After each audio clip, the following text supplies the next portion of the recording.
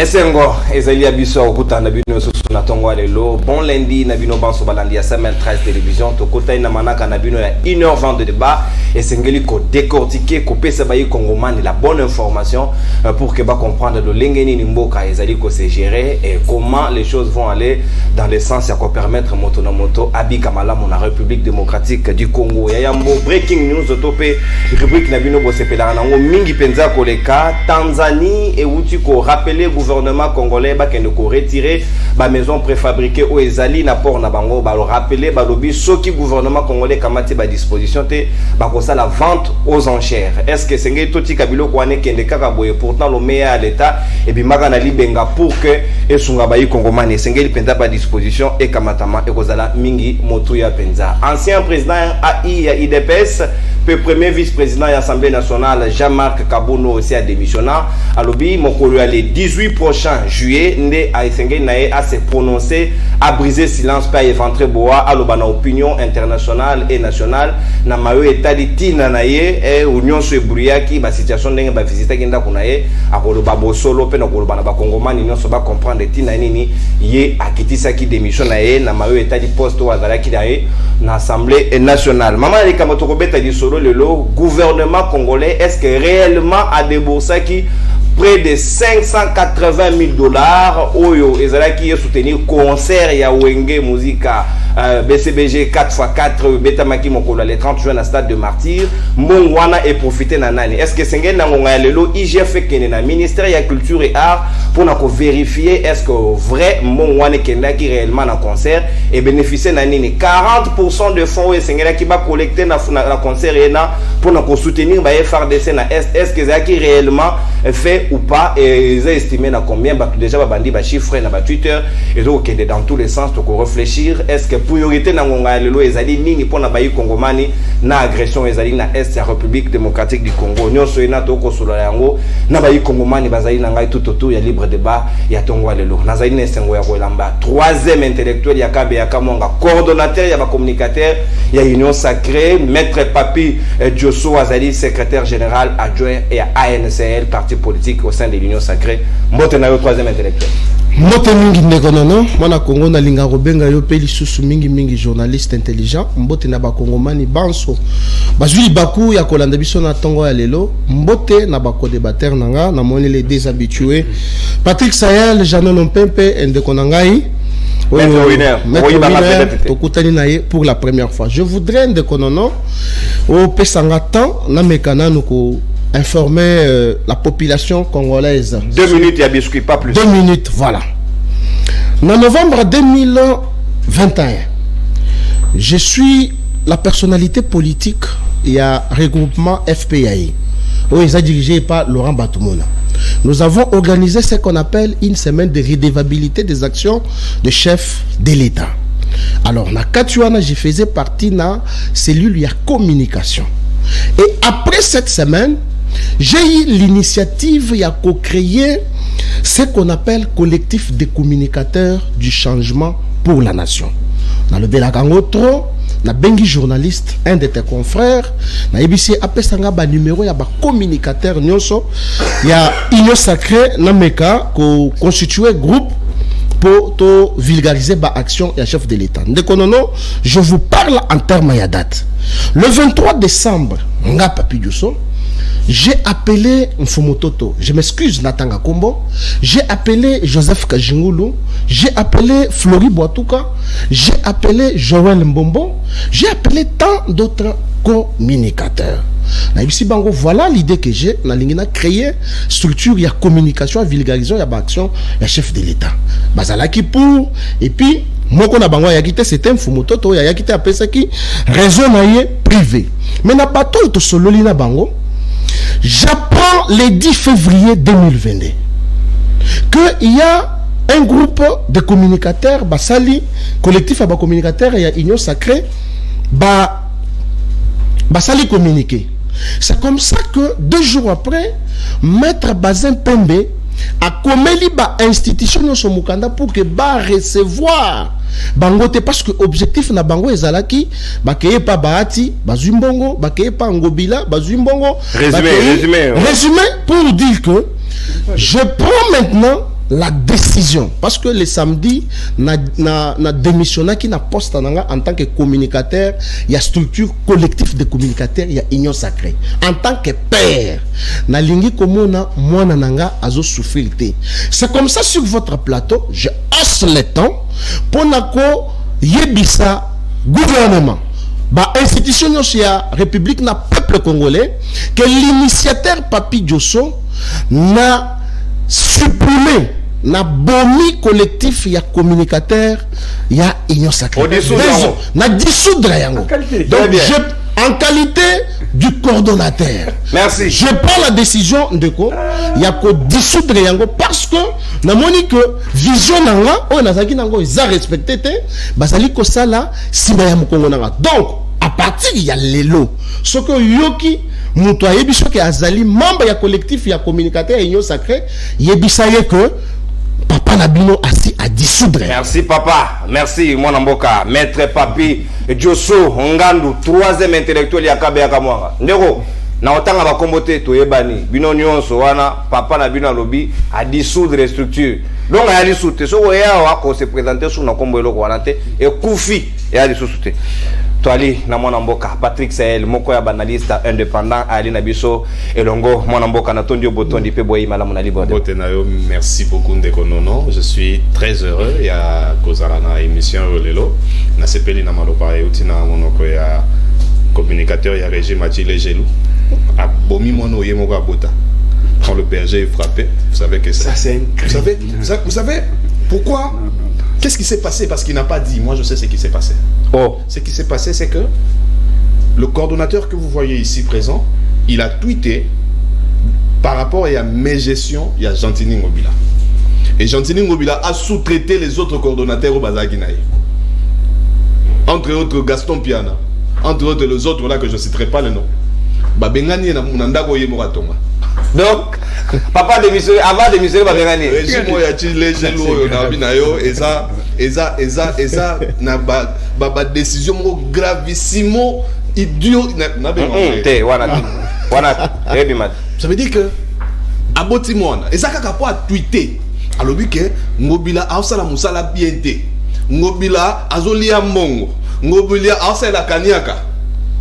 Mbala moko sous-traitance, parce que sous-traitance est bandi. Il faut tout ça papa. Mais bienvenue au communicateur.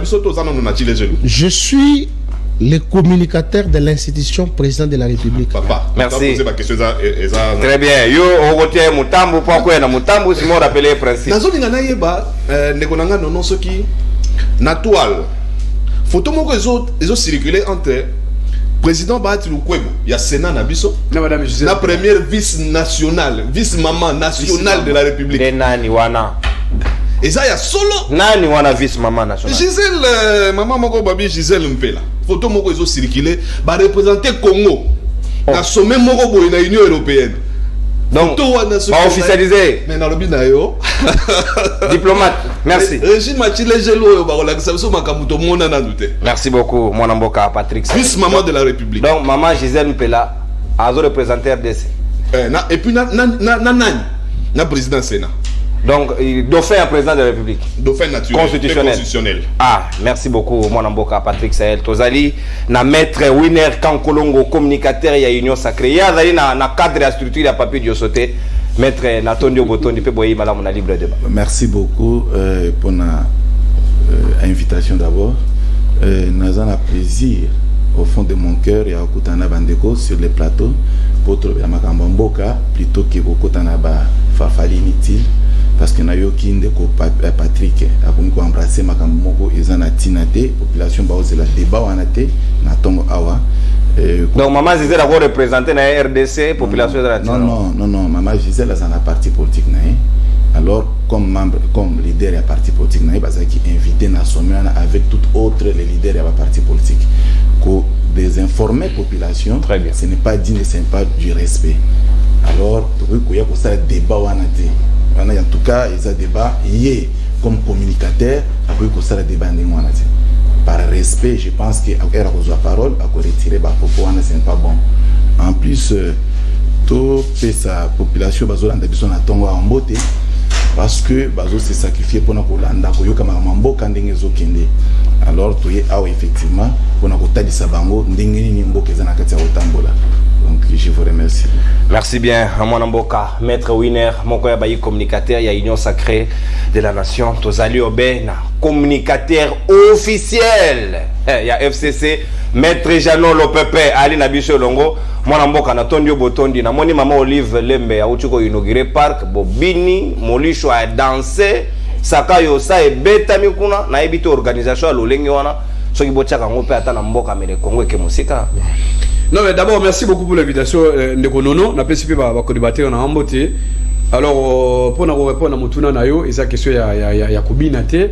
D'abord, on a été informé par opinion qui depuis mon colo ya samedi, et je crois que vous avez na maman Olivier Mbe ou azali ex première dame ya mboka na biso asalaki ouverture officielle. Il y a parc net, vous avez un parc de la vallée où ils allaient na kati ya entre deux communes, entre communes il y a un Sélé.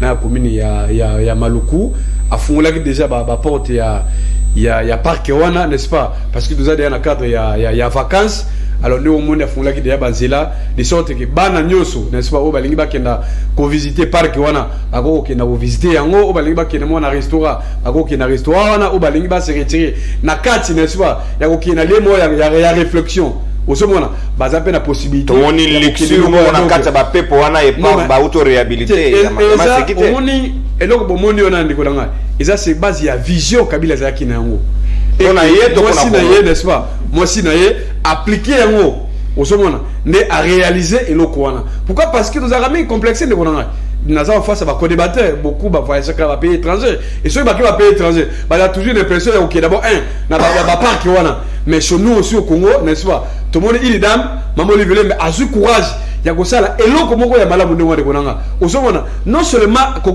parce eloko na parc de konanga il y a beaucoup d'intérêt à la carte eloko na comment imaginez-vous qu'à l'espace de 2 semaines seulement de konanga maman Olivier a créé au moins 2000 emplois parce que na carte ya parc wana batu ba éviter on a engagé au moins 800 Congolais de konanga ba Congolais bazali aux environs entre ma commune na village na Katouana ou la commune en Sélé mais la commune en Maluku baza au moins 800 baza bazumi ça ngona deuxième élément il y a une dotation maman lui va conçu même hôpital moko moderne de konanga pour la population ba baza zinga wana ba que ba soin au félé de konanga deuxième élément encore il y a même les écoles au moment il va pesi yango na kati ya loko baza permettre aux environs ya parc wana bana bakotango fait na ba condition moko ya malamu école loko ça on bref ngai to féliciter n'est-ce pas maman Olivier mais par rapport à l'action de Gonanga parce qu'on a besoin de bateau va créer même ça là tout ça a besoin de promesse mais tout le monde qui depuis Joseph Kabila accueillir tiki pouvoir na mais maman Olivier mais à ça qu'on continue n'est-ce pas de Gonanga il y a que poser ba action na muke o ya soki en état une femme commerçante parce que je sais il y a des gens qui pensent que non voilà bon à l'état non c'est une femme commerçante o muke ya soki yango na cadre va faire na a comme que song c'est la baimbo n'est-ce pas ko créer ba misala ko créer ba plan comme ça ba congolais n'est-ce pas ba ça va pas que ba ko visiter yango et ça va ministre tout le monde de Gonanga à la place na kata kingagat ole ba la fona kananda ko tous en vacances na yoni wazana de Gonanga zo mama zo bana boki na kingagat ba visiter le Gonanga et ça malam on a aussi ba critique moko merci maître Janon Lopepe merci beaucoup na tondi bino botondi penza ba diaspora Nora gemboka na bino ezalaka kuna bowenda moluka bozonga mermo bo kamata mosolo bozongi susu ko sa misala kuna to critiquer te maman Olivier mais ba salaka et vous appelez maintenant to organiser dans interne pour que toi envier sous les bandates mais gestion ya misolo à l'été singele selem avec toute responsabilité parce que ba détournement on a bani union sona to lembi ba to ba ko yiba misolo à l'été on dirait l'état à l'été to fongola tika moboko ya libre débat mokolo lelo maître Papi Diosso na ko fongolo bena yo concert ya wenga ba misuso to boya ki ngai personnellement na lingaki na ngai te parce que on peut pas comprendre qu'agression ezali na est mais na ngambo ko to ko bina na mabina yango l'état a déboursé une affaire il y a $581,000 na habité sur les pour soutenir concert tout ça pour ça l'année na ministère ya culture et art mon solo yango IG fayo ki solo il y a détournement na katinda sengi enquête salema yo moni ni kama ngondengeni. Merci beaucoup Ndekonono pour na motunaena mais je voudrais pour mettre dans les points sur les U. Ouais, il y a 4 minutes. Je vais gérer mon temps.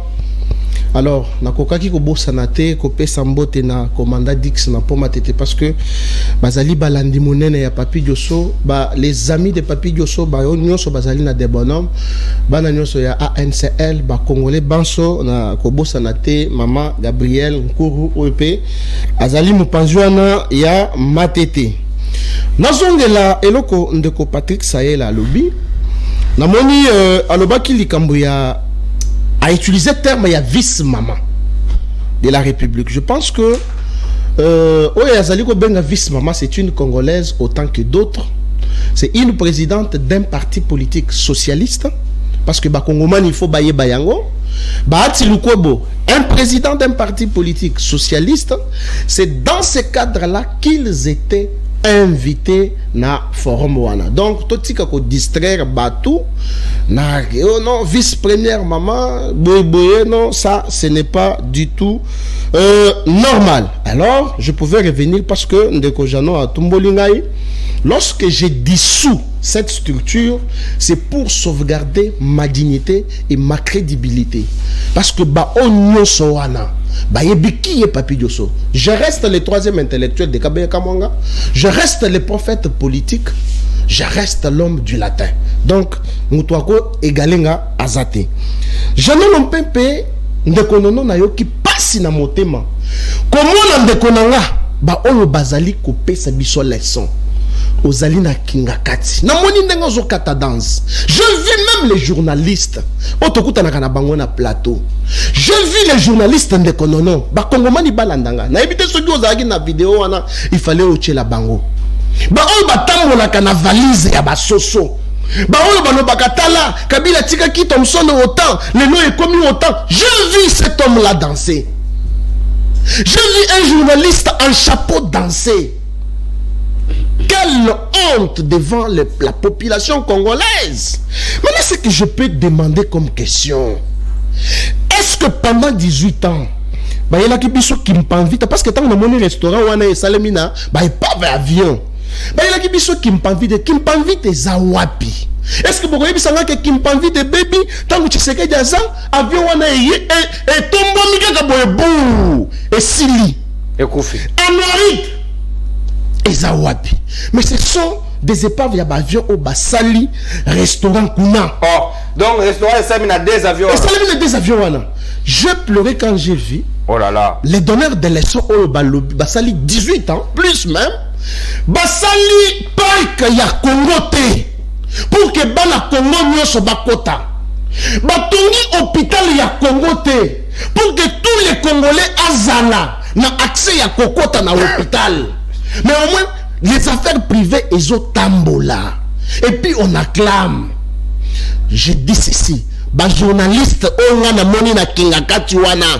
ne veux pas, moi en tant que prophète politique, je ne veux pas entendre les sous na plateau, on a na soso et ça je ne veux pas les voir. D'ailleurs, ceux qui ont dit déjà la chaîne, déjà nous avons le calice sauté. Nous avons choisi le calice sur le plateau. Parce que vous n'avez aucune leçon. Il y a colpé ça la population congolaise. Nous allons revenir. La question. Pourquoi na makambunyo sotomona kakaka fachi? Wenge ba panzana awa. Et tika le slogan Wenge ba panzani. Wenge ba panzani. Mais un expatrié, un étranger. Amadou Djabi. Amadou Djabi aïe son temps. Yako sangisa batuana akaiko contacter moko na moko individuellement. Malem pela yakite. Abimisi kanyaka na ye pour la organisation ya concert wana. D'où est venu que le gouvernement a déboursé mbongo pour la réussite ya concert wana. Le gouvernement n'a pas déboursé même pas 0 franc. Mais le Congolais qui idée y a bien, il y a pas Congolais. C'est comme ça que le gouvernement a sungaki bango kaka na transmission. Il y a concert sur la chaîne nationale. Est-ce que que non, le gouvernement a déboursé? Ils ont les preuves. Bala qui le gouvernement a bimisa kimbongo pour la concert. Qui ne sait pas que c'est Amadou Djabi qui est l'organisateur. Il y a concert wana. Est-ce que les lotangu wenge basangani? oyoki basali félicitation bato babosani mai ya lobo bato bameli. Qu'est-ce qui vous tic toujours il y a comment on a Fati partout parce que Moutouaza a sa vision on est président de la République. Merci. Je viens informer à la population congolaise bato oyo ya FCC on a la moka bazali ko distraire bino na muto bo uti ko tanga kombo oyo ya Twitter kaka chaque jour au lieu ateka ba chemise azoteka yango te il a tiré ka ko Twitter azalaki candidat président de la République même pas sa femme a voté qui est. Aucun membre de sa famille a voté qui est. Le loi a donné des leçons. Merci. Merci. Donc, pour nous chiter, botika ko distraire bateau. Botika ko distraire population congolaise. Maintenant, tout une question. Est-ce que tant que bazo bina na kinga katuana guerre na est si la qui? Merci. Non, s'il vous plaît. Oh non, conseil il faut pas ebetama parce que guerre est en mboka. Mais tant que guerre ko lia bifete ki kuna na kinga kati. Guerre est na mboka. Attention, monsieur, pour la politique. Nous votons pas dans les sauts. S'il vous plaît, Yoka. Je ne suis pas zéro naïf sur que nos gouvernements défoncé fondé. Yo prouvez-la. S'il vous plaît. Merci. Papi Diosso. Nana carton rouge dans le boko. Voilà. Donc, on y a taillé en haut. Sur vous déranger mission. Kanda politique réalité. C'est une singolo qui t'a pour na pesa au bidon veli travail aussi sans répéter. Mon mboka Patrick Sahel na évité ah baboy. Il y a dans mon union sacrée le bibaboy. L'État a fait ça bon il y a transmission en direct na RTNC. Son il peut tout vérifier. Mais babi mining na pas mbaté. Plus de 581 000 $. Soldats ba au kabila et la population. Est-ce que y a un des soutien au FARDC auto ko yemba tongo midi poko. Nazoya wana. Mais quand je parlais pour la première fois de Madame Gisèle Pella, j'étais au conditionnel. Namoni ndenge choqué bango c'est que faut na longo la conditionnel. C'est-à-dire que OK, un indicatif. Na lingi bango mi balé ba pe sangai adresse physique, il y a parti, il y a Gisèle Pella. Pena date de création. Et puis bango mi balé nde ba vandi wana ba toachi les genoux. Ba yebi sangai. Tango to assistaka na scène oyo, bazwa Gisèle Pella. Ba kotisa na mutuka, ba refula na mboka na bango loba azalaka Belgique. C'est-à-dire que Congo Belgique, moi, à la Belgique, à ça la partie. Ah, vous n'avez pas honte, hein? Et puis vous prenez l'audace. Tala, vous avez un exemple entre cerveau, na estomac. Estomac, c'est que vide, hein? Et que ça, là, tout oye ba estomac est vide et personne là. Mais ce que estomac et ce que cerveau est vide, à outil ka opena oye na miso abattu. À l'action ka est vide. Regardez un peu. Na zone na makambo ya concert à Wenger. Mais avant qu'il y ait un concert à Wenge, mais Josso, nous avons eu après émission, tout le monde est mon côté. On s'est invité à Nanda pour nous aller. Et ça, nous avons une saleté. C'est-à-dire que nous avons imprimé le monde à mito à Congolais que nous avons soit dans un plateau, nous avons binemi na balabala.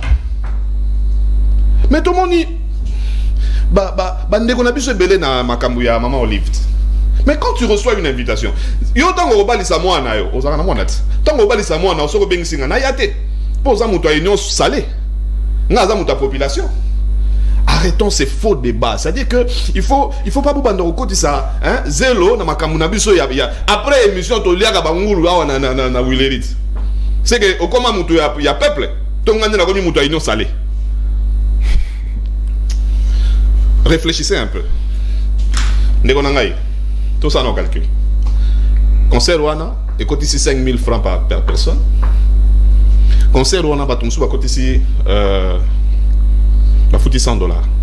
VIP. Tout ça, là, ta estimation à 120 000 personnes. C'est-à-dire, bon, Rwanda, et Kobimaba, 80 ou 85 000 $. Oh, il faut pas payer ça en armée. Les transmissions, il y a RTNC. Et ça n'a pas moins de 200 000 $. Quand ils font le direct retransmission. Si on a 2 événements. Il y a le 30 juin, et le 9, bah, ce que tu as calcul l'union sur wana. Tu as 300 000 hours, tu as 300 000 hours, ça fait 600 000 $. Si tu as 80 000, on dit attends 90 000 $. Oyo wenge, na Amadou, bah on paie ça na-bas, basi abasoda. Soutien. C'est-à-dire l'état nabiso. Ce qu'on a ça la malam, on a le 600 000. Après si ba militaire, to alinga tika wenge après ça on a wenge pour wenge on la 40% après ça ba militaire. Mais faka tika wenge ça makamne na ndena iti. Yo lobi za makamwa Amadou Diaby. Kutu na monyo ebi ete po obi az expatriés dans ndambo congolais à 50% congolais.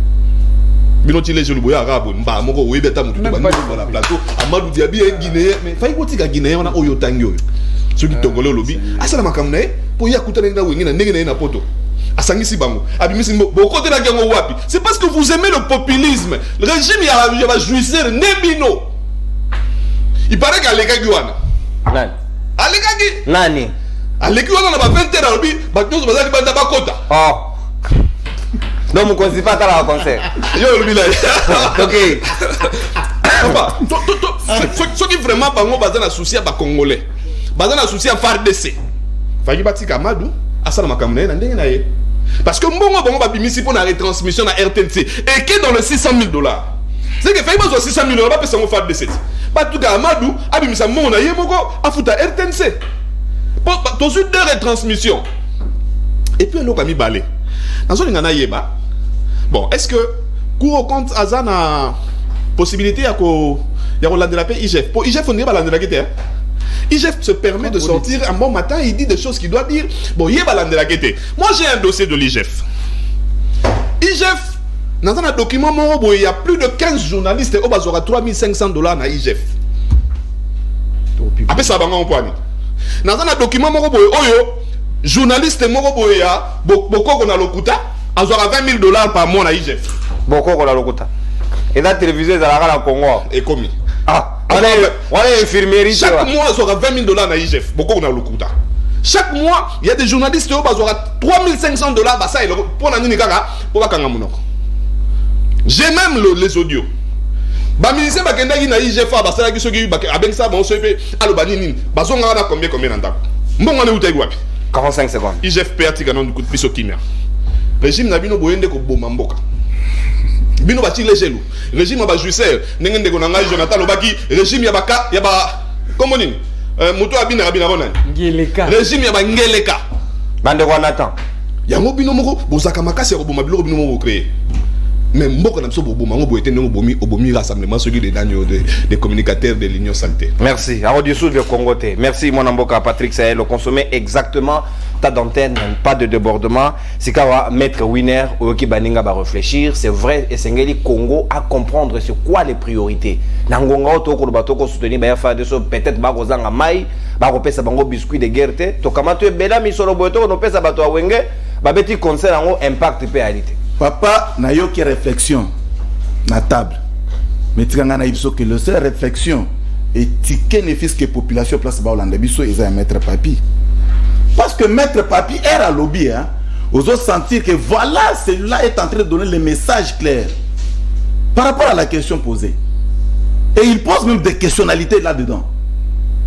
Non, s'il vous plaît, avant d'en monsieur le journaliste, est-ce que FCC, dans son ensemble, dans la leçon, il a coupé sa population congolaise. Attaque par Sony, ne fils que pour la Sony, s'il vous plaît. Kabila Staline a pouvoir 21 ans. Nayoka chaque jour, 18 ans. Ce n'est pas 18 ans, monsieur. Kabila a fait 21 ans. Kabila continue à pouvoir en 2001. Ben, comme ça, transition, il y a 3 ans. Et par après, Kabila a eu bateau à commandement depuis 2006 jusqu'à 2018. Remise et reprise de Salim en 2019. Sauf ça, calcul, papa, au moins Kabila a fait au-delà, voire même de 20 ans. Mais Kabila wana ndeko na ngai. Atiki moko na condition akuti mboka papa na ye oyo bango basalo ba vérité tilelo to kota na débat na té parce que bango ba yebi. Un jour lisolo papa na bango monde ba obetango. Il y a dans mon FCC, le bana Jano Lopé. Dans le bana bango nyonso. Baza va FCC. Baza va FCC. Ouais, bino za bon. La République. Comme ça biso bato FCC. Soit boza na FCC, soit boza na Union Sacrée pour la moké kufa. Baza souté. Alors bandeko oyo bazoka solité bazoyib sa population ni que Olive Lembe à Sali Park Nzambe na ça c'est honteux. Moi na ko lo bangote erna landi à mon télévision erna landi biloko mon frère ami na yo qui passe na motema na bi mais le Congo nous allons jusqu'où s'il vous plaît pendant 18 ans botiki combien na caisse à l'état pendant 18 ans na diaspora wa ego tonga libanda na Olive asada to pour nani papa diaspora ko kipe ko tonga diaspora atikala kozwa gestion en mboka pendant 21 ans s'il vous plaît.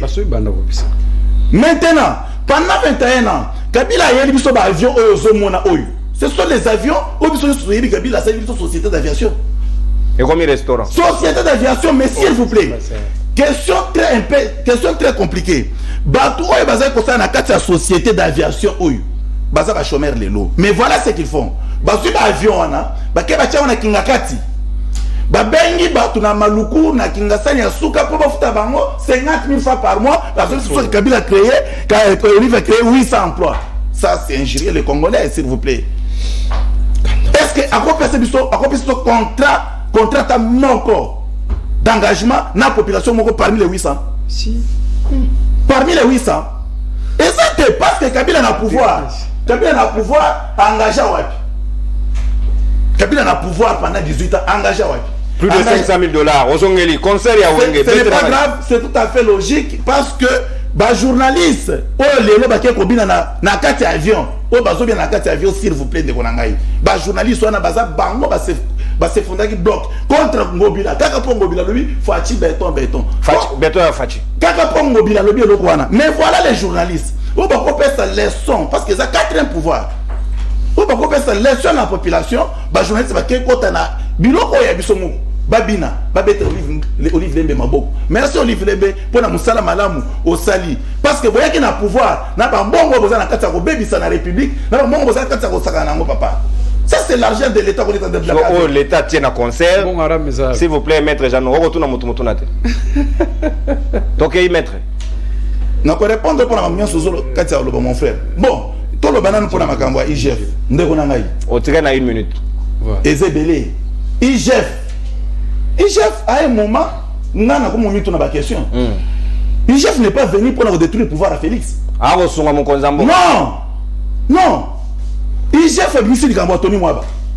Par conséquence, IGF a l'équipe à la télévision. Hier, mon robot pas Tony Mwaba, pardon. Oh non, nous sommes entre frères. Non.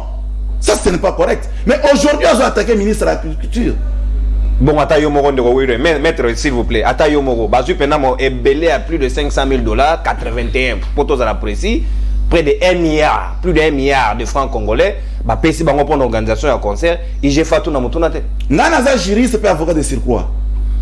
IGF comme officier de police judiciaire, c'est un inspecteur d'ailleurs. C'est l'OPJ. Qu'est-ce qu'il doit faire?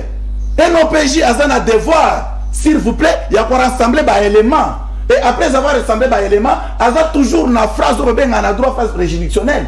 Il y a un JJT. Donc, il faut assurer des éléments, après c'est un acquis des droits. C'est ce qui fait que politique et populisme, on ne connaît pas où tu peux le bon pour la journaliste, pour passer les blocs, c'est ce qui n'est pas bon. Et c'est là, et ça n'a qu'à se pouvoir, où il va passer pour nous ça. Il gère face à la contrôle, il y a des éléments probants. Alors que voilà mbongo yango carte stable abimisi le preuve où ils ont la qui abimisi d'abord 500 quelques $1000 et par la suite on a détourné combien dedans. Mais on a yokin de comment on appelle cet exemple là que non pour la transmission en direct c'est 300 000 francs. 300 000 $. 300 000 $. Ça c'est ils ont le coûté à ma casse. Yo t'as la posé sans du hauteur. Oh yo exact. Posé sans du hauteur. Le coûté à ma casse. Tous exemples 300 000 $. Combien des histoires il est en direct dans RTNC et que RTNC coûte ça combien? Ça, ce sont des mensonges. Merci beaucoup, maître. Il ne faut pas mentir à la population. Merci, maître Winer. Tant d'antennes consommées. Maître Jean Lopepe. C'est quand on a mis tout dans Mutuna. Awa, na Nairobi, awa, Tanzanie et Sengeraki, et il y a une mutualisation des forces. Mais un député tanzanien n'a perchoir, à l'Assemblée nationale, n'a pas lobby, et Sengel n'a biso tete que nous sommes un peuple ou azali inconscient, à comprendre ma cambo et la RDCT, bah Sengaki est même à retirer mes messages et les cas.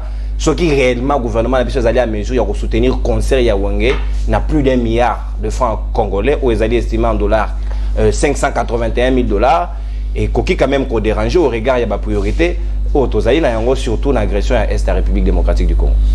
Ndekonono, merci mingi pour la motuna wana na ko répondre na yango. C'est toujours important ya ko sunga bande ko nanga la union sacrée. Peut-être baza na ba information mais c'est important ya ko banana bango d'abord baeba. Pourquoi ça dérange les œuvres Mamoli? Pourquoi ça dérange? Au début, j'ai dit ça, c'est une femme commerçante. Bon, on a soit qui n'a commerce. Bah, et pas va jouer. Tolérance. Moninga lobby a plus de 5 minutes n'a dérangé tant. Pourquoi ça dérange les œuvres? C'est parce que vous avez peur. C'est parce que vous savez le comment voter. Voilà pourquoi discours les amis. il y a Kobebi sa réputation, il y a Ève la maman Olive. Mais c'est pour le Congolais. C'est pour le Congolais, il n'y a pas d'étranger. Il y a tout ça là, après c'est pas Congolais misala. Na ba o ba ko yiba ba ko na poto. O lengi Congo nan. Non tant comme na bangota. Je commence d'abord par Diosso. Diosso il faut ba histoire de Konangai. Il faut ba histoire. Tu penses que na Congo doit ba parqueter. Ba parquet de Virunga yo e bien moté. Autant on a classe T. Ba kae manyo yo ba parquet yo e bien moté. Donc communicateur le là yo, o na plateau bo, o bi na Congo doit ba parqueter. C'est comme si yo e bien moté. Et là 9 to yo na classe. Bien et bien moté. C'est grave, Ndekono. Deuxième élément, tout ça qui tient ça awa, il y a jardin zoologique. Sauf qu'il y a pas le c'est pour toi, on s'est communicateur, il ne faut pas qu'on raconte de n'importe quoi, non, ça m'a la bouteille. Bah, mon on a prophète. Quel prophète? Il faut rentrer à Moujimaï, il faut rentrer à Moujimaï. Troisième élément encore. Retour au Berkay. Alors, bien, on me suit le bio, non, voilà. Bah, des trucs, bah, vieux et animés, associés qu'on non, c'est pas ça. C'est parce que vous avez bien monté. Ok. Oyebi a Kabila sali remise reprise na Tshilombo. Société R Congo Airways ndikona azalaki na ba pareil na nyoso. Eza ko fonctionner. Ba pareil wane kufi na sous gestion ya Tshilombo. Ba bomi yango ezala norita. Eza walo wa désiré ba boma yango ndikona ngai. Ba vion eza kolala oza journaliste. Okokene même après émission qui na direction générale ya Congo Airways okosobelema na loba awa. Les avions qui battent à Kingakati wana ou à restaurant, ce sont pas vrai Koufa. Tout ça quand même intellectuel, il faut tout ça quand même outillé. Kenda l'aéroport de Konanga il y a pas société d'aviation. Et ça on a voisin mingine Congo avia. Même gomen. Basa na avion on a bango société privée avion la monsieur na et Koufa. Lorsqu'il apparaît avec Koufi, Bate Kakayango. Celui qui a des moyens, il vient à Sombi Yango, il pas vrai Koufa. C'est comme ça que Bazouaki Yango de Konanga, Bakati Yango, Bakayen Yango, Bamonte Yango.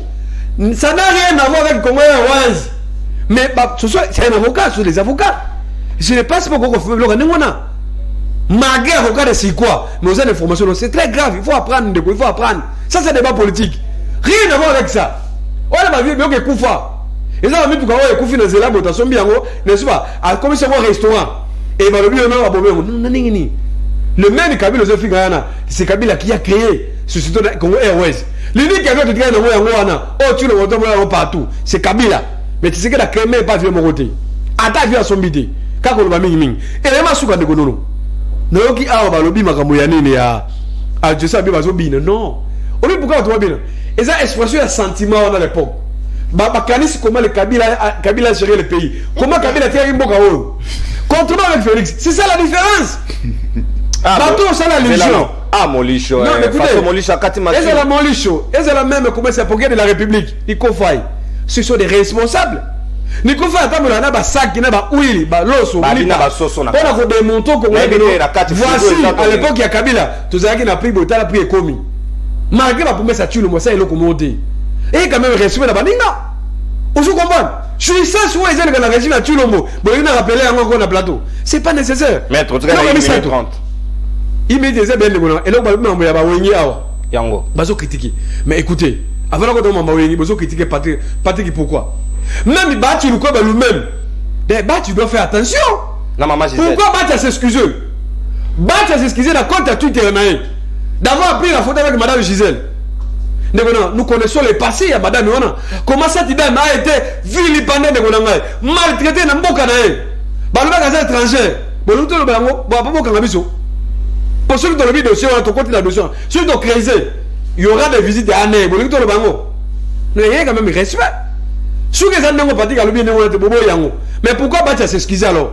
Parce que Batia, pourquoi s'excuser? D'avoir pris la photo avec cette dame. Pourquoi? On peut se réponse. Mais écoutez, je salue l'intelligence de John Lungi là. John les vrais producteurs à Wengi c'était Tshilombo. Nous on savait que les vrais producteurs à Wengi c'est Tshilombo. C'était de la jouissance, mais oui on a utilisé, c'est juste un canot qu'on a utilisé. John Lungi a dit ça. Mais où sont les résultats? C'est ça le régime de Tshilombo. C'est de la jouissance. Parce que imaginez-vous, quand frère il dit oh non voilà Kabila n'a pas créé les emplois. Mais non, au Kabila qui est emploi, mais écoutez, pendant 18 ou 20 ans à Kabila, il y a eu combien de réformes? C'est à travers ces différentes réformes, dans tous les secteurs, pour créer d'emplois. Donc, Kabila a créé des milliers d'emplois. Oh, il est bien monté. Ma conseil de Ronald Souksa. Au moins, moi, je comprends. Parce que le régime a tué le mot. C'est de la jouissance. Parce que, comment expliquer? 580 000 $, mais les jeunes, les jeunes ont eu des pèses. Oh, bah, tiens, qu'est-ce qu'on a Tshisekedi? Les jeunes entrepreneurs, ils ont eu un financement de Gonan. Pourquoi, quand on a financé les jeunes? Mais t'as les gens qui ont c'est de la jouissance, tu l'ombo. C'est ça le régime. Voilà pourquoi j'adore ce que Patrick a dit. Ça aide. Alingue, tu as un problème. Alingue, tu sais que tu baisse. Alingue, créer baisse dans les médias. Alingue, créer des baisses. Il y a des dossiers sales. Alingue, dans le dossier, il y a un gobi là. Rapport, il mort. Où est le rapport? C'est pour cette raison de Gonan. Oh, je me dis que c'est que ils ont résumé par l'incompétence et à Tulombo. Basali et l'autre comme côté.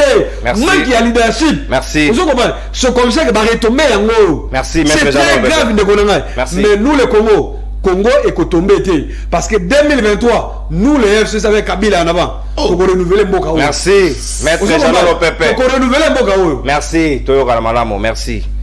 Ah, mon toit lobby Kabila nae. Bino mo lobby chulo mona bino. Bino bozali libre. C'est ça la beauté de la démocratie dans la République démocratique du Congo. Moke tozali ko avancer 4 minutes pour la deuxième prise de parole. Après on repère ça seconde moke pour la conclusion tozali na ngonga mingi te toko kende déjà vers fin. Maître au moni ngo respirer o kamwa mama kitoko umelate Maître Papi Diosso na ebité pour na yo. Est-ce que IGF a sali mabe pour nous vérifier mais sur doit bimi ou bino boko la gestion de manière il y a respect il y a orthodoxie financière. Est-ce que Zali mabe IGF a que nous koyoka si réellement l'argent a été dépensé ndenge l'État et Sengela qui a contribué na réunification ya Wenge pour na bayi Congomani. Merci beaucoup Ndekonono. Je pense que même Patrick Sayel, Jeannot Lompempe, Baebi qui est Papi Diosso. Je suis dans l'union sacrée. Quand quelque chose ne marche pas, je dis tout haut. Quand quelque chose marche, je l'ai dit. Dans le bataille Kamangobila, j'ai toujours dit, mieux vaut vivre dans le coronavirus na Kinshasa que vivre dans Ngobila à la tête de la ville. On a premier citoyen. Je l'assume. Je suis le troisième intellectuel, personne ne peut m'intimider. Courage. Alors, Sahel parle, ceux qui m'ont passé invitation, ceux qui m'ont en Bali, ainsi de suite. Je parlais de ces journalistes-là que j'ai vus là-bas. La question que je me pose au Penazo Yebisae, est-ce que ce n'est pas une invitation, est-ce que Kobi n'est pas mabé? Kobi n'est pas mabé. Est-ce que Kofete pe kolia kuna na kinga kati eza mabé? Eza mabé.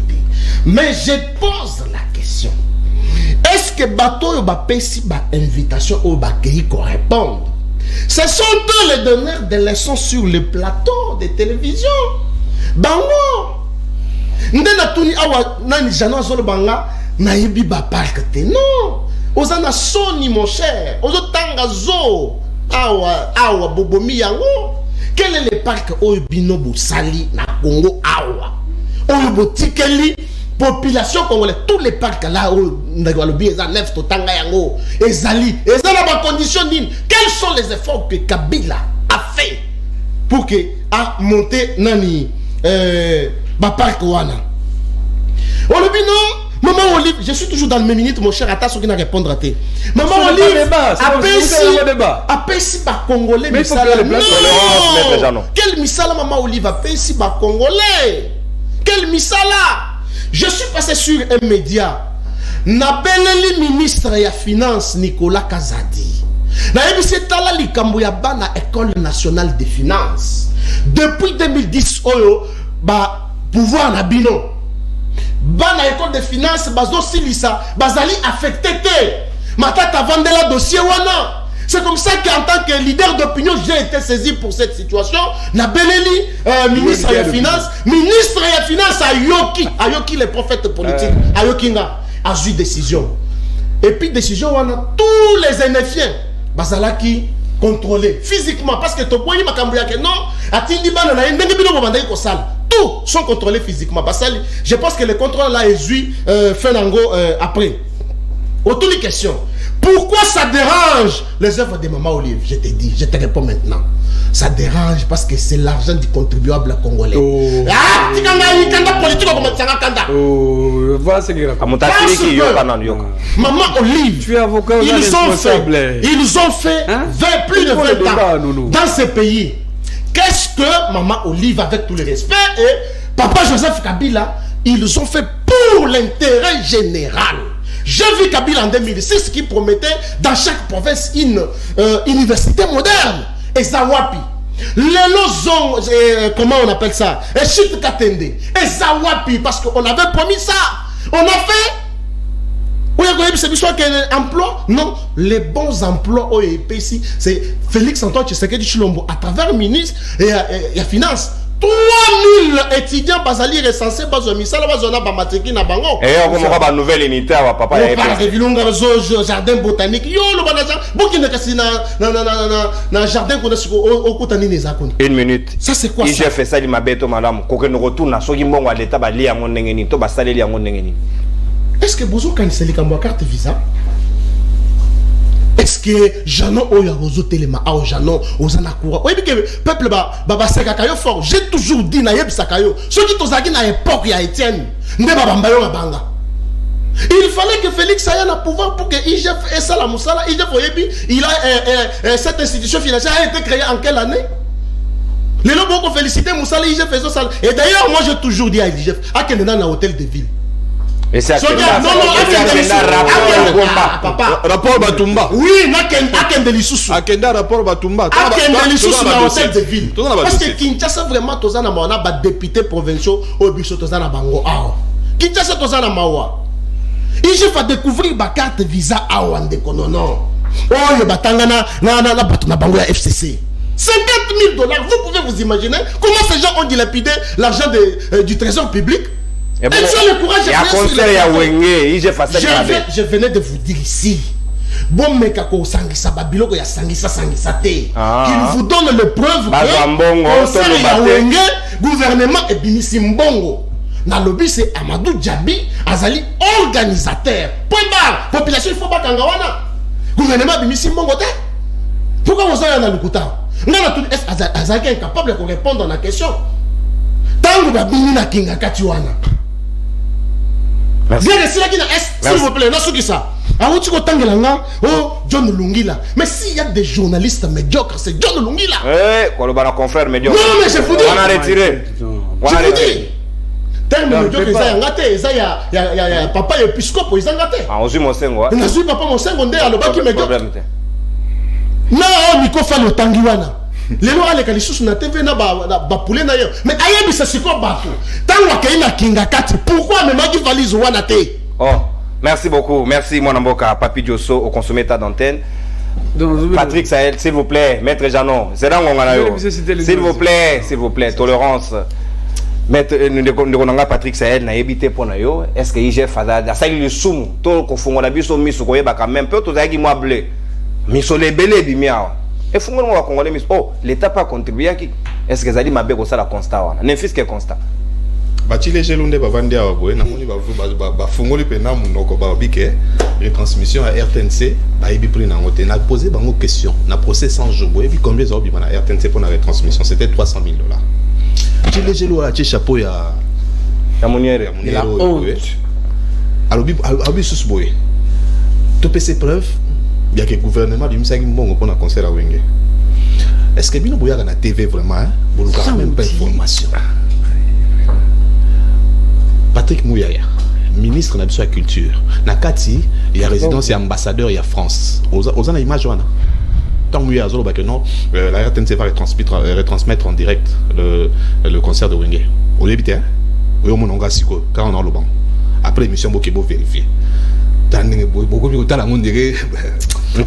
Et puis je vous informe, les cartes visa, et ça la circulation dans beaucoup. Jusqu'à présent. Gouvernement Jusqu'à présent.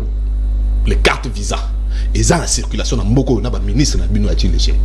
Donc bakendaka mission de service basée sur la carte visa. Le président utilise ça. Le premier ministre utilise ça. Lui-même, maître Jean. $50 000. Et Matif? Donc bino boyaka na la TV, bo vanda mnoka na boye, bo sela ki jale na TV pour facial andara bino, abenga bino loi quoi. Et puis hein? Abenga onini? Loi coûte, loi quoi. Bozonga gabe ya gamonga nde bozaboye. Bozonga na bino. Muta sala pe ma benyo so ezabino FCC. Bobongisa pon na Lwange. Yango ba papi Joso nyonso ba ya. Fa ibutika na kuna ton pon na Lwange. C'est le Congo. Bozala kana ba. Les Congo ba réalisation à Kabila ya bo yango.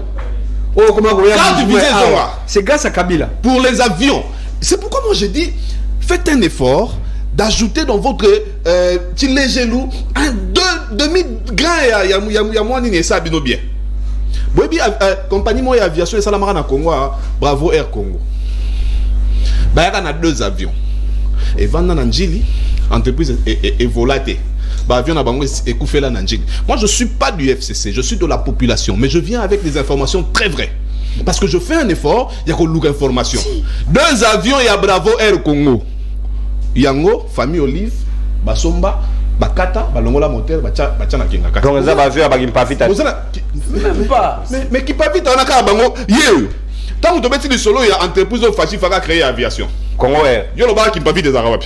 Bande volé kanga ma kisanganit. Et comme il ça ça. Et comme il ça. Yo je sais. Confondez les mises au Québec. Toi yo ba la TV vraiment na éviter. Je n'ai pas dit que Bavio a qui tolérance. Non. Tolérance. Qui me parle vite et ça wapi et ça la folle malama. C'est ça que j'ai dit. Mais qu'est-ce que tu as Tolérance. Boké ko zo ba avion bo defa ba avion en Éthiopie, aboto la biso. Boké na Kenya bo senga ba avion, ba aboto la biso, ba pime la biso. Non bo ne créer ko. Pour ne ko mettre le lobby que non, société d'aviation. Erreur bo ngabo créer, ba avion ngo zapi. Bo ngabo defa ba avion. Avion moko Bravo Air nani Congo Air zatikala nango. Ne facha uti nango nango lat. Omona ite. Mais obino bo ngabo créer ya biso. Obo, bokenda bosenga avion na Kenya, baboya, babi insolvabilité na bino to kopesa no avion te. Bokenzu na Éthiopie. Et simba te ba pime na biso ba avion. Constat IGF. Et aïe ma bête madame. Ndeko nangai. Je sais que yo yebi parce que j'ai la lettre sur Zoa. Kalamingi était tout aussi ça kofuta mbongo parce que non ça na ba frère nanga. Ya ti je lutter. Na pe mutana simananga te mutana simananga da population. Mais dans ça na ba frère nanga conférence de presse oyo tozo étalé Jules Alingeti et Gentini Ngobila. Non, tu sais, Sabino, moi, mon cas, ok. Tous en a papier, mon robot, bah, je ne sais pas, aura 300 et 3500 $ par mois et pas Jules Alingeti. Mais Jules Alingeti, à côté de ma camba, est-ce que ma camba est belle à côté de ma boca? Tout n'a été gentil à côté de ma compte. Face à l'iboussa gentil Zalani. À côté de combien? Na gouvernorat. Tant que IGF a créé que ça la rapport, que ça la constat, rapport n'a rien qu'un Botumba. Boulia. C'est-à-dire que IGF a commis mon tout mon boye, ce qu'on dit que mon moment est côté côté. Il faut que tu aies na TV. Pourtant, moi, il y a un pourcentage, il y a un souci. Merci. Il y a un pourcentage. Merci. Mais vous allez détruire ce pays jusqu'où, Josso et Maître Nani? Maître Winner. Maître Winner, Kankolongo. Ah, moi, comment on va Winner, Warrior. Patrick Sahel, merci beaucoup, mon Mboka. T'as l'antenne consommée. S'il vous plaît. Silence. S'il vous plaît. Qui met à la plateau? Vous allez la concentrer. S'il vous plaît. Tolérance. Vous allez la concentrer. À l'est, à crepite. Et c'est un avis tous à la concentrer. Ma casse. Maître Winner, Naroya Sika en Angambo na yo. Ba Congoman bazo s'interroger. Ba vision ya président de la République et qui mingi basé na des axes très prioritaires. État de droit, justice et c'est profitable pour nos Congomans union sur babi kuna bazana moi d'inquiétude surtout dans le procès 100 jours n'engé tombeau et vide. Ah on a lutte contre la corruption au IGF et les liming maintenant au tas lelo soit il va jeter sous opprobre sur ces combats c'est que mandat Mobimedo ko tomber en désuétude. Oui, je suis avocat, j'assume ce que je vais vous dire maintenant. Au moni RDC droit. Parce que l'état de droit, l'état de droit, ils ont musclé aussi dans l'équité. Ils ont juste respect à Mboka tout court. C'est ça l'état de droit. Mais depuis l'avènement à Félix, je vous assure, je suis avocat en plateau. Actuellement, respect à Mboka en tout cas comme certain. Respect à Mboka comme vraiment certain. Mais seulement, il y a un problème qui frise. Au moment ndeko na biso Gilles Alingeti. Gilles Alingeti ayaki na pouvoir pour asala théâtre te. Ayaki na pouvoir pour asala musala. Musala ni faut asala a forcé pour na ko appuyer justice en mboka. On a l'impression qu'on ça dans mais je vous dis que un moto mi par rapport à Boyu sans preuve. Hein? Ndeko papier autour le bawat. Ndeko Patrick autour le bawat. Ce que vous avez un élément de preuve, il faut se taire. On sait que ça va élément, on tient la place publique. Donc Alingeti a agité. Mais Alingeti, bazan quand on conseille, na ba journaliste ou bazan tout autour na yé. Il suffit de avoir une soupçon à la télévision sans vous penser. Bon ben avant ba communicateur, il faut pas associer tous les journalistes dans ma moi. Bon, ba communicateur wana, on a respect ba journaliste. C'est que ba moi ba journaliste ba communicateur. Il y a Gilles Alingeti. Ce que vous communiquer pour la moto à sous journaliste. C'est ça la différence. Exactement. Mais ça bien été. Mi be ko lobi boy. Oza inspecteur sala musala na yo calmement, zoa ba élément retirer dossier na niveau na yo, kende na dossier déposé na acquis de droit. Le parquet. C'est ça pourquoi ba pesa consigne que yo en tant qu'inspecteur, yo en tant que OPJ, zoa dossier kende déposé na acquis de droit, c'est pour éviter que ba fuite bim. Mais là to kende nan. Ah yo bimi ba fuite que 1 million de francs congolais et 1 milliard. 1 milliard. Beaucoup d'argent. 1 milliard et demi. Maman ba leli mabe. Papa eza mambo lukuta. C'est de là que je vous dis que IGF faut qu'on ait un bateau FCCT. Il y a créé l'on a réseaux sociaux. Bouh, t'as la bango. Il y a un de bête là-bas quoi. Bon bête là-bas. Mon frère, zoa ba élément avec tous les preuves possibles déposer devant la quai des droits pour n'anini pour éviter que Mouto Zaka ça poursuive aïe Lucas stratégie n'y a contrer ba élément yozo présenté dans la justice il j'ai fait ba rapport ya Kamere tout monde suite il j'ai fait ba rapport ils ont communiqué ba ça la tolérance il j'ai à ça rapport ya ndeko yo azana gentil mobile et ça à ça tant d'autres rapports il j'ai il dit que non, Tony Mwaba a Zimbongo à l'État. Population, comment il y en a de Tony Mwaba? Un ministre conscient. Mais population, comment il y en a? Pour n'ani parce que le rapport est déjà public dans les médias. Ça ne fait pas du bien, mon frère ami. À un moment, il faut défendre quelque chose qui tend à être logique. Parce que ça, IGF, non, IGF, en tout cas, c'est ndenge ko na pas la mukabine to le na émission bo to pesa ko 10 000 dollars ko enquêter te ngai na service public ata o pesi ngai na service public. Donc justement il doit faire des histoires correctement bato bazo entourer ba conseiller à une nomination à chef de l'état ils a pona ko abiser na pouvoir te ils a pona ko sala musala maintenant de refo na zonga parce que fala na banana na IGF alomba on tika na une minute yo ko kata ngai très bien ndeko na ngai Olive Lemba il sino ya sombi avion a sombi pas avion. On sait qui est. Nzambe na ngai. Olive Lemba sombité. Azui. Kenda na kingakati. Okuta petit porteur ezaki na aéroport wana. Ba ben na mweza na kingakati. Ya kukufa. Oh. Je vous dis, yo kenda kingakati. Yo kenda ka okuta na avion bila. Mais na kenda s'il vous plaît. Tolérance maître Jean. On rebondit na ngona yo c'est de toute façon. Ça à l'os en décembre. Mais c'est ça que je vous dis. On va dire ba ngona kenda kingakati.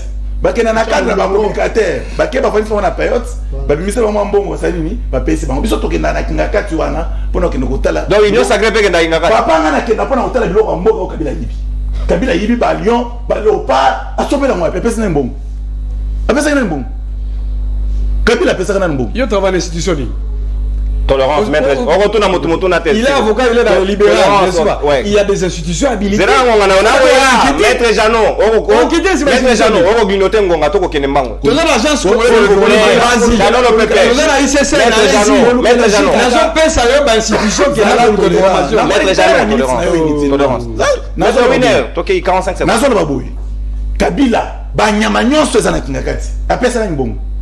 Maintenant, il y a aussi le problème qui est enquêté. Pourquoi on a Kabila a candidat en 2023. Non, il y a aussi le candidat en 2023. À part que l'État est en Banyamani. Nyamani n'est pas le cas. Madame Sony, papa. Non, donc jeune le roi en tout cas au défendre Kabila tende konangai. So sali âge na yo mo 18 ans Kabila à l'époque tam so na 13 ans, 12 ans. Et que tout ce temps vous allez souffrir. Les longues occasions, il y a la télévision. On le na média Mais ozokomisa Kabila comme si tala net tout ça au compte. Toi tu pensais que dans 3 ans il faut récupérer ça. Donc Kabila mtakondi ça. Kabila quoi pendant 18 ans, nani azai kolia. Nani azai na musala na. Bon, c'est quand on Félix a été Félix papa n'a informé que bon qu'il est dans la fonction publique. Au kuta ba et il va que no kuta comment on est en train d'engager les gens. Régie des eaux. Merci beaucoup, Maître Winner. Temps d'antenne consommée. Non. Mais respecter Félix. Merci beaucoup. Mais en plus, mon développement va le bien. On joue au concert, c'est comme si elle est quelqu'un. On concert avec moi, mon frère. Non, on concert avec. Non, on n'a pas dit. Au moins, il est président de la République. A mérité respect, Makassi. Oh, il y a votre concert. Non, ceux qui ont continué le concert, s'il vous plaît. Na Dubaï, il y a Azo mérité respect. Nous le respectons beaucoup. Yo, il y a la télévision, tu pour un sentiment. Merci, s'il vous plaît. S'il vous plaît.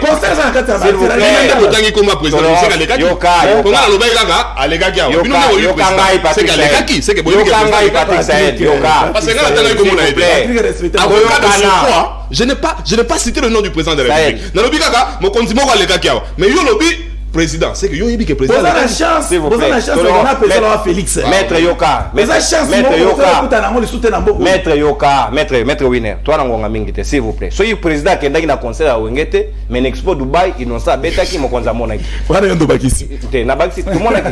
Bolimbisa s'il vous plaît toko kende mbango maître Janon ngongali so mingite.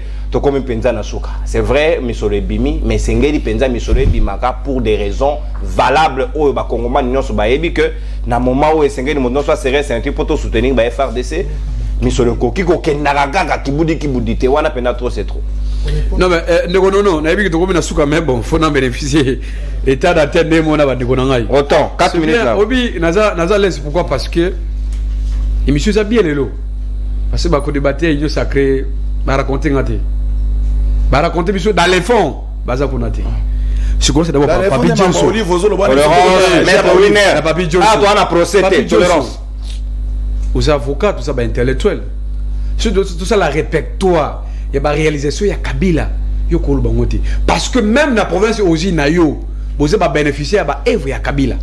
Je suis ton gouverneur. Comment il s'appelle Ngoï Kassage. Il peut vous dire ce qu'il a parce qu'à l'époque, Yozagi non musulman, on m'a comment on a réalisé bah œuvre ya Kabila d'abord na province nayo. Si on a on a plateau, c'est parce qu'il a monté mama bé. C'est ça le rôle que bonheur wana. Deuxième élément compaté mama Alingete, mais oui, il a raison.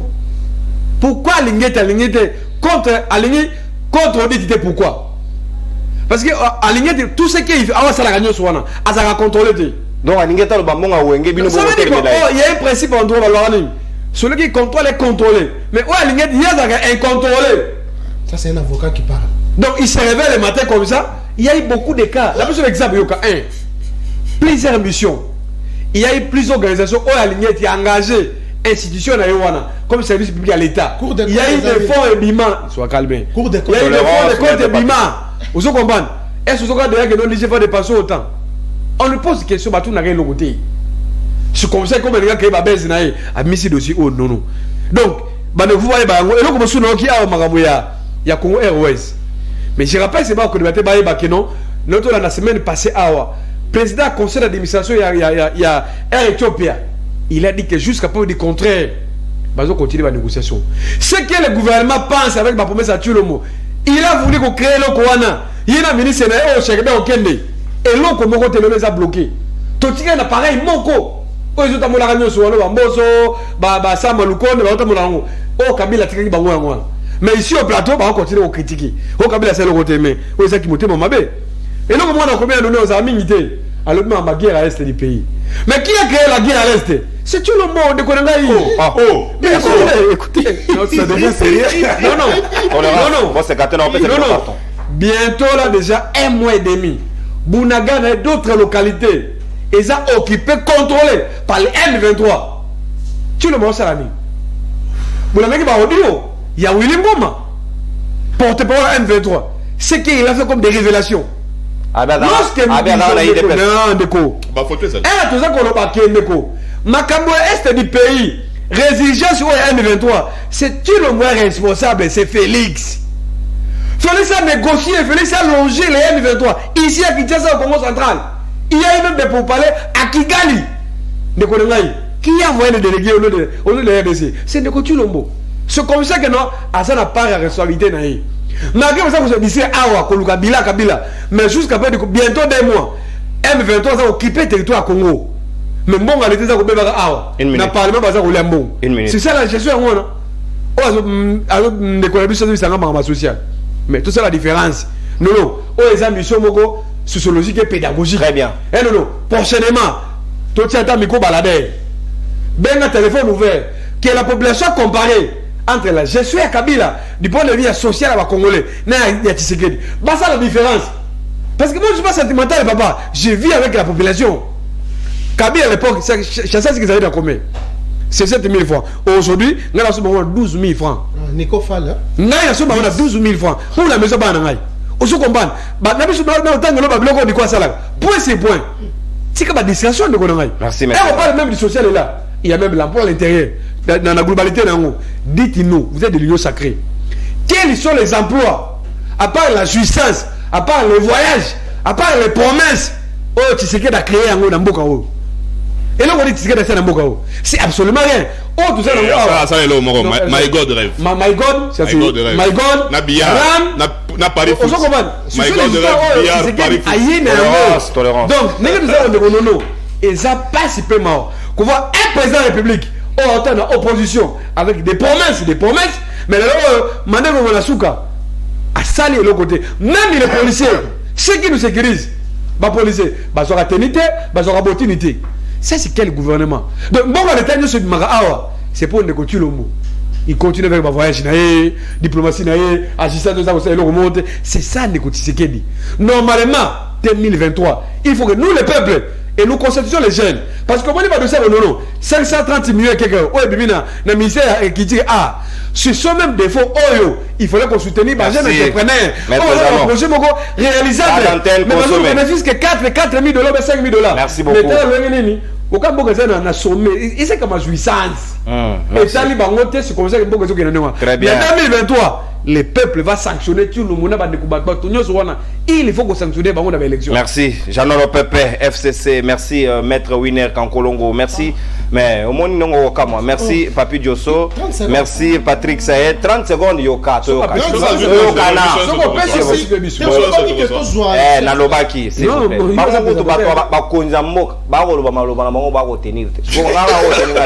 s'il vous plaît tolérance émission comme une promesse ce n'est pas possible émission comme une il y a un programme après nous s'il vous plaît tolérance il y a un programme après nous na continue ngapena na retenir na continue lundi prochain tolérance lundi prochain même plateau 30 secondes ne bande bo rappeler nga na ba biscuit na opia bino en tout cas nga na kosa raté nga na promettre raté na soki na lobby na kosa te ko comparer bango de na bino merci s'il vous plaît émission mabanga s'il vous plaît Patrick Sahel mabanga ya bon on a pété s'il vous plaît bon on a pété botika nga ina conclure s'il vous plaît émission ici mongo ya Congo misolo ya Congo ba congomani ba yoka aka na matoi 1 milliard de francs congolais 500 millions tout ça c'est des millions qui partent en réalité et comme ça il le côté na conseil ya wenge le botika Madou Diabia sala mamuna na ndenge na l'état tieli bon on a dit benga na biso apesi la IGF to nyito mona clair na de son atina suka to kozela yango to kotika la ozage et senge to mona clair vrai ou faux